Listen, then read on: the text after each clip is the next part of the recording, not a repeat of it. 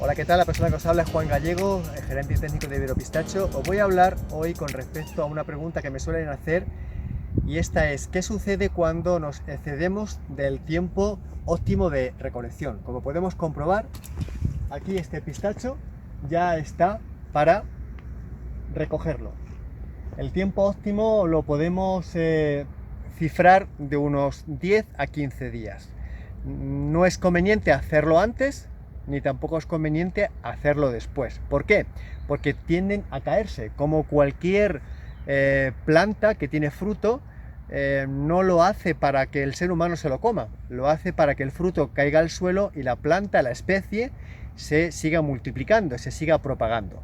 En este caso, si este fruto no lo recogemos en su momento óptimo, terminará cayendo con mucha facilidad, y cuando lleguemos, pues vamos a tener prácticamente todo el fruto en el suelo, y los únicos frutos que se van a quedar van a ser los de menos peso y los que están vacíos, que esos sinceramente no se van a caer nunca, a no ser que luego llegues en el invierno en la poda y los hagas caer.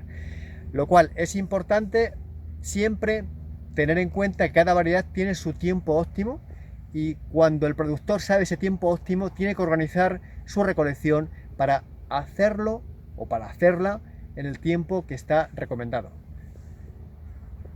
Sin más, daros las gracias por escuchar este vídeo, por visionar este vídeo. Os invito a que paséis a nuestro canal de vídeos, a YouTube, que paséis también a nuestro blog, y también que paséis a nuestra página iberopistacho.com y que os registréis si aún no lo habéis hecho. Pasadlo, pistacho.